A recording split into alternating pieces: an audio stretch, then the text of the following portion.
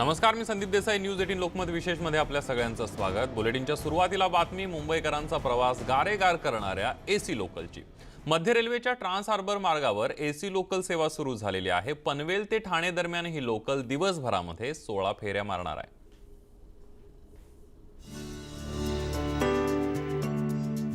मध्य रेल्वेच्या हार्बर मार्गावरचा प्रवास आता गारेगार झालाय, कारण आता पनवेल ते ठाणे दरम्यान एसी लोकल सेवा सुरू झाली आहे. विशेष म्हणजे मध्य रेल्वेवरची ही पहिली एसी लोकल चालवण्याचा मान मनीषा म्हस्के यांना मिळालाय. गाडी एसी आहे, म्हणजे पब्लिकला सुटेबल असं प्रवास होईल. ते एअर कंडिशन मध्ये बसून प्रवासाचा आनंद घेतील. आणि बाकी वर्किंग तर दुसऱ्या लोकल सारखंच याचं आहे, थोडाफार फरक आहे. ठाणे ते पनवेल दरम्यान ही एसी लोकल एकूण 16 फेऱ्या मारणार आहे. या रोजच्या आणि ह्या लोकलमध्ये खूप फरक आहे. त्यामध्ये चढताना उडताना भरपूर गर्दी असते. कधी कधी ट्रेनच्या बाहेर पण असं उभं टाकावं लागतं गर्दी रोडला. याला सगळं म्हणजे सेफ्ट आहे. दरवाजे वगैरे लॉक असल्यामुळे याला नक्कीच आनंद होईल मला प्रवास करायला. एसी मिलेगा तो गर्मी में बहुत प्रॉब्लम होता है ट्रैवल करने के लिए, और हम रोज सुनते हैं एक्सीडेंट हो रहे हैं, लोग डोर से गिर रहे हैं. तो एटलीस्ट एक्सीडेंट तो रुकेगा, डोर के बाद ही लोग अंदर रहेंगे. और स्टेबिलिटी इसकी अच्छी है, इसकी स्पीड अच्छी है, एसी रहेगी तो गर्मी में बहुत हेल्प मिलेगी इसकी. खरं तर मध्य रेल्वेची ट्रान्स हार्बर सेवा सुरुवातीपासूनच दुर्लक्षित राहिली आहे, कारण या मार्गावरून प्रवास करणाऱ्यांना आजही अनेक समस्यांचा सामना करावा लागतोय. पावसाळ्यात तर या मार्गावर प्रवास करणं अत्यंत जिकिरीचं होतं. मात्र आता या एसी लोकलमुळे प्रवाशांची मोठी सोय होणार आहे. नवी मुंबईहून स्वाती लोखंडेसह विनय म्हात्रे, न्यूज 18 लोकमत.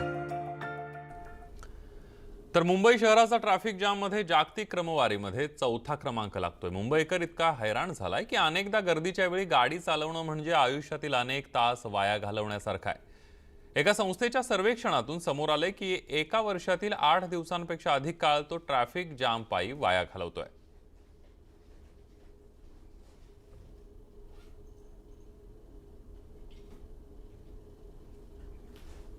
आणि या सगळ्याचाच आढावा घेतलाय आमच्या प्रतिनिधी स्वाती लोखंडे यांनी.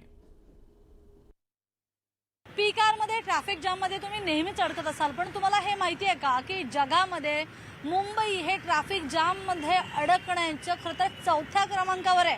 तुम्ही बरोबर ऐकलं. आता मी आहे बायखळाच्या जे ब्रिजच्या परिसरामध्ये, जिथे आपण बघतोय की ट्रॅफिक कंजेशन म्हणजे ट्रॅफिक जाम किंवा बॉटल नेक याच्यामुळे होणारं मागे एकामागोमाग एक थांबणाऱ्या गाड्यांची संख्या इथे इतकी जास्त आहे की पीक मध्ये लोकांना इथून पटकन जाता येत नाही.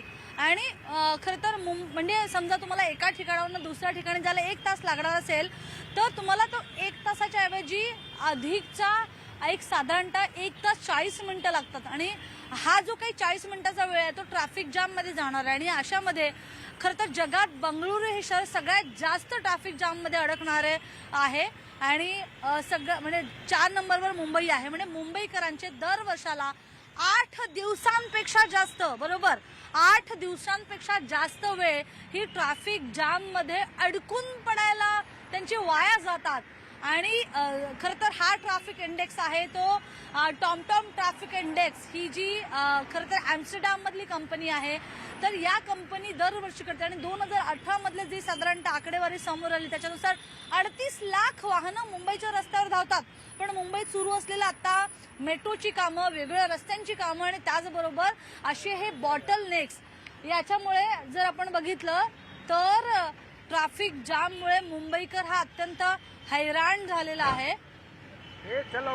हा ट्रॅफिक जामचा इंडेक्स खरं तर स्पष्टपणे दरवर्षी हे दाखवून देतो की मुंबईची नेमकी काय अवस्था आहे. जर मी खरं तर तुम्हाला माहिती देता जरा दुसऱ्या बाजूला आपण बघूया आणि लक्ष देऊया की थेट जे ब्रिजवर जिथे आपलं लक्ष जातं तिथपर्यंत ट्रॅफिक जाम इथे बघायला मिळतं. एकूणच मुंबई शहर गाडी चालवणं हे एखाद्या दिव्यापेक्षा कमी नाहीये. अरुण पेडणेकरचा स्वाती लोखंडे, न्यूज 18 लोकमत, मुंबई.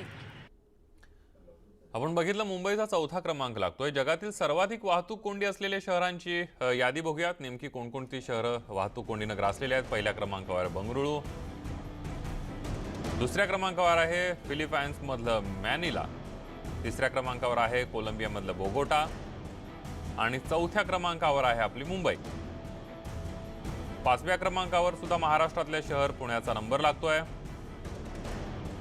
6व्या क्रमांकावर आहे मॉस्को. 7व्या क्रमांकावर आहे पेरू देशातलं लिमा शहर. 8व्या क्रमांकावर आहे देशाची राजधानी नवी दिल्ली. 9व्या क्रमांकावर आहे तुर्कस्तानमधला इस्तांबूल आणि 10व्या क्रमांकावर आहे इंडोनेशियामधला जकार्ता हे शहर. यानंतर जाऊयात पंढरपूरमध्ये. विठ्ठल रुक्मिणीचा विवाह सोहळा थाटामाटामध्ये संपन्न झाला. शेकडो भाविकांनी याची देही याची डोळा विवाह सोहळा पाहिला. दागिने आणि भरजरी पोशाखांमुळे विठ्ठल रुक्मिणीचं रूप डोळ्यात भरत होतं. जाऊया या विवाह सोहळ्यामध्ये.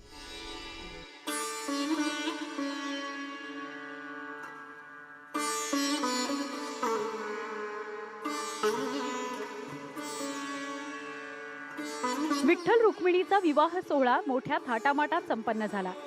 पंढरपुरातील विठ्ठल मंदिरात हा आगळा वेगळा विवाह सोहळा भक्तिमय वातावरणात झाला.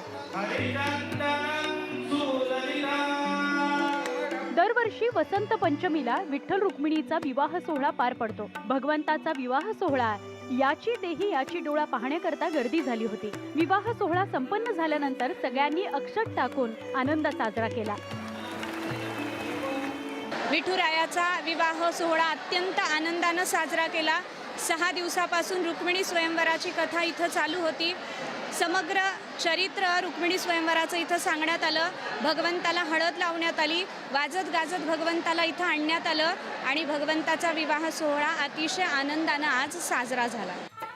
विठ्ठल रुक्मिणीला वधूवरासारखं सजवण्यात आलं. दागदागिने आणि भरजरी पोशाख घालून दोघांना नटवण्यात आलं. विवाह सोहळा संपन्न होताच भाविकांनी गाण्यावर हा असा ठेका धरला. सलग 3रं वर्ष आहे की आमच्या दोघांच्या हस्ते विवाह सोहळ्याची पूजा संपन्न होते आणि हे आमचं फार मोठं भाग्य आहे. जो हा ईश्वरी सोहळा आमच्या हस्ते होतो, आम्हाला अनुभवायला मिळतो. हे खूपच मोठं आमच्यासाठी ईश्वरी वरदानच आहे. सर्व भाविकासाठी, सर्व वराडीसाठी आमच्या अन्नछत्र येते तुकाराम भवन ते 5 पक्वानाचं जेवण म्हणता येईल असं जेवण आम्ही आज ठेवलेलं आहे. लग्न सोहळा पार पडल्यानंतर आलेल्या वऱ्हाडी लोकांच्या जेवणाची व्यवस्था करण्यात आली होती. जेवणात पंचपक्वान्नांचा समावेश होता. विठ्ठल मंदिराला फुलांची आकर्षक सजावट करण्यात आली होती. वेगवेगळ्या फुलांनी विठ्ठलाचा गाभारा सजला तर रुक्मिणीचा गाभाराही सुगंधी फुलांनी आकर्षक सजवण्यात आला. मंदिरासह विठ्ठल रुक्मिणीचं रूप डोळ्यात भरत होतं. देवांचा हा विवाह सोहळा अनुभवून भाविक तृप्त मनानं घरी परतले. वीरेंद्र उत्पातसह bureau report, news 18 Lokmat, Pandharpur. Gondia जिल्हा परिषद शाळेनं एक अभिनव उपक्रम सुरू केलेला आहे. देशातील 48 भारतरत्नांचं एक दालन शाळेनं सुरू केलं आणि त्यामुळे विद्यार्थ्यांना देशातील भारतरत्नांची शालेय जीवनातच ओळख होते.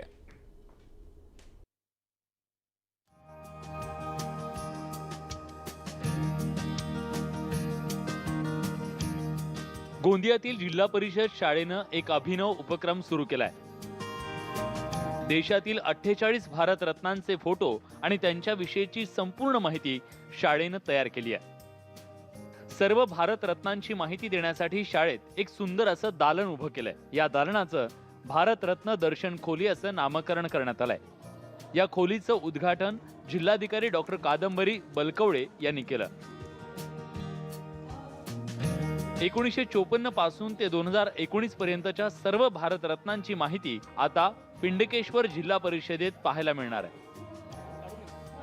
होते त्यांनी पुढाकार घेऊन हे कक्ष निर्माण केलेला आहे. नक्की यातून फक्त जो मुले आहेत त्यांना प्रेरणा मिळणार नाही, बल्कि जो काही निवासी आहे, इथले निवासी आहे आणि इतर तालुक्यातून जे येणार आहे त्यांना सुद्धा प्रेरणा मिळणार आहे. ते फारच उत्तम उपक्रम त्यांनी हाती घेतलेला आहे. पहिलाच प्रयोग पिंडकेपार वरिष्ठ प्राथमिक शाळेमध्ये सुरू झालेला आहे आणि याचा नक्कीच फायदा सरकारी शाळांच्या विद्यार्थ्यांना होईल आणि सरकारी शाळा टिकतील, हाच आमचा एकमात्र उद्देश आहे.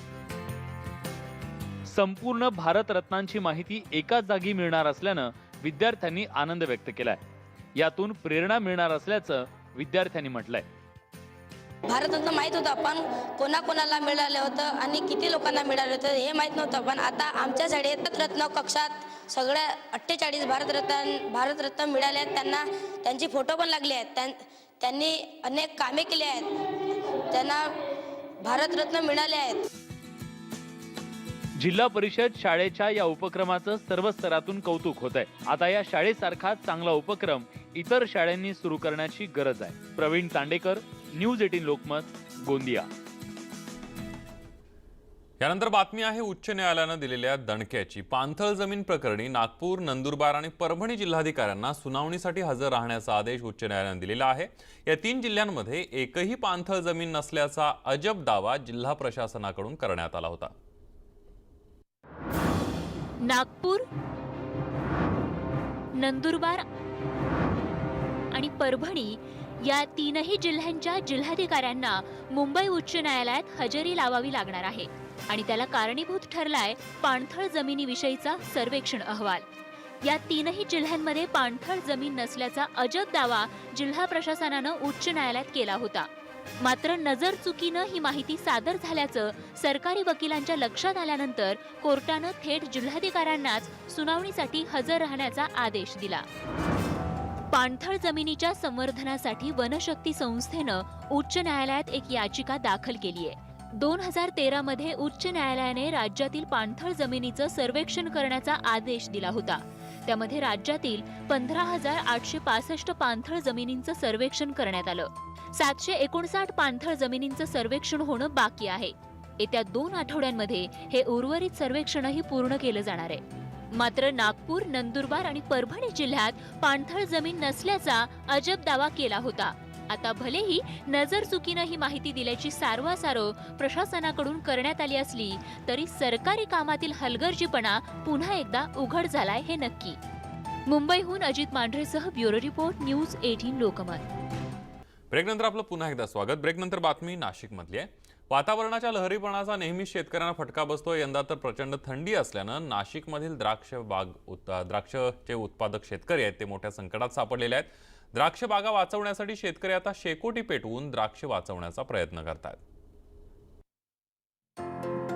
नाशिकमधील द्राक्ष शेतकरी सध्या संकटात सापडलाय। हवामानात झालेल्या बदलाचा मोठा परिणाम द्राक्ष बागायतदारांना बसण्याची शक्यता आहे। राज्यात कडाक्याची थंडी असल्यानं त्याचा फटका द्राक्ष बागांना बसतोय। त्यामुळे द्राक्ष बागा वाचवण्यासाठी शेतकरी अशी शेकोटी पेटवून बाग वाचवण्याचा कसोशीनं प्रयत्न करतोय। जागोजागी अशा शेकोट्या पेटवल्या जात आहेत। द्राक्ष बाग जगली नाही तर कर्ज कसं फेडायचं हा प्रश्न शेतकरी संतोष निखाडेनं पडलाय। बँक लोन केलेलं आहे, आता हे जर अशी नुकसान आहे तर हे बँक लोन फेडणार कसं शेतकरी? अशा जर अवकाळी पावसामुळे हे झालेलं नुकसानी याच्यात आता मी 4 लाख रुपये पीक कर्ज घेतलेलं आहे। आता ते 4 लाख रुपये फेडणं मुश्किल आहे। गेल्या 15 वाड्यापासून नाशिकमध्ये थंडीचा जोर कायम आहे। त्यामुळे द्राक्ष मण्यांना तडे जात आहेत। द्राक्ष बागेतील तापमान वाढवण्यासाठी शेकोट्या पेटवल्या जात आहेत। बागांना ठिबकद्वारे पाणी देऊन बाग वाचवण्यासाठी शेतकऱ्यांची धडपड सुरू आहे। शेकोटी पेटवणे हा एक पर्याय अवलंबलेला आहे। साधारणतः 5 डिग्री सेल्सिअसच्या खाली तापमान आल्यानंतर आम्ही शेकोटीचा प्रयोग करतो किंवा मग ज्या दिवशी सूर्यप्रकाशच मिळत नाही आहे त्या दिवशी आम्ही शेकोटी पेटवतो। त्यामुळे मणी तडकण्याचे प्रमाण कमी व्हावे हा त्यामागे आमचा प्रयत्न असतो। कधी ओला तर कधी कोरडा दुष्काळ यामुळे शेतकरी आर्थिक संकटात सापडतोय। आता तर हवामान बदलानं द्राक्ष बाग शेतकरी हवालदिल झालाय। बब्बू शेख, न्यूज 18 लोकमत, मनमाड। नंतर बातमी हिंगोलीतली आहे। गावातील जमीन 2 भावांमधली दिवार बनली आहे। नेमका असं काय घडलंय की 2 भावांच्या नात्यामध्ये दुरावा निर्माण झालाय? बघूया।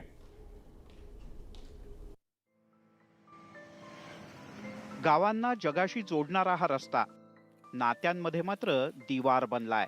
या रस्त्याच्या मार्गाने येणारा पैसा भावाला भावापासून तोडत गेलाय। त्याचं झालं असं हिंगोली जिल्ह्यातल्या कळमनुरी तालुक्यातल्या जरोड्यातलं भिसे कुटुंब सध्या एका चिंतेत आहे। चिंता आहे हक्क गमावण्याची। भिसे कुटुंबाच्या शेतीतून 161 क्रमांकाचा राष्ट्रीय महामार्ग जातो, त्यासाठी अधिग्रहण सुद्धा झालंय। आता त्याचे 4 पैसे पदरात पडतील अशी आशा असतानाच भावानंच विश्वासघात केलाय। टोलनाका रोडमध्ये काही चालली जमीन म्हणून भाऊ म्हणते की समजा याला तहसीलदाराला हाताखाली धरून माझ्या नावानं करून घ्यायचा प्रयत्न चालू आहे। बाबाच्या नावावर आहे, बाबाच्या नावावर असताना त्यानं नावचे करून घ्यायचं हे केलं लक्ष्मण तुकाराम भिसे। पैशांच्या हव्यासापायी भल्या भल्यांची मती भ्रष्ट होते। आता दिगंबर भिसे यांनी थेट आयुक्त कार्यालयाकडे दाद मागितली आहे. म्हणजे नायब तहसीलदार कळमनुरी यांनी जे आहे त्यांना अधिकार नसताना 155 महसूल अधिनियममध्ये अधिकार नसताना त्यांनी जो निर्णय दिलेला आहे तो रद्दबातल ठरवलेला आहे आणि पुन्हा फेर चौकशीचे त्यांनी आदेश दिलेले आहेत. दुसरीकडे तहसील कार्यालयानं मात्र तक्रार मिळालीच नसल्याचं म्हटलंय. संबंधित नायब तहसीलदारावर कुठल्या कारवाईचे निर्देश वरिष्ठ स्तरावरून या कार्यालयात प्राप्त नाहीत, तथा त्याबाबतचे कुठलेही निर्देश वरिष्ठ कार्यालयाकडून प्राप्त होताच संबंधित नायब तहसीलदारावर नियमानुसार योग्य ती कारवाई तात्काळ प्रस्तावित केल्या जाईल. अधिकाऱ्यांना हाताशी घेऊन कशा पद्धतीनं फायदा उठवला जातो हे यामधून स्पष्ट दिसतंय. दरम्यान दोषींवर कारवाई करण्याची मागणी दिगंबर भिसे यांनी केली आहे. पैशा खातर भावानं भावाची जमीन परस्पर स्वतःच्या नावानं करण्याचा प्रयत्न केला आहे आणि याला साथ दिली आहे तहसील प्रशासनातील काही अधिकाऱ्यांनी. या संबंधी सखोल चौकशी करून दोषीवर कारवाई करण्याची मागणी हे कुटुंब करत आहेत. कन्हैया खंडेलवाल, न्यूज 18 लोकमत, हिंगोली.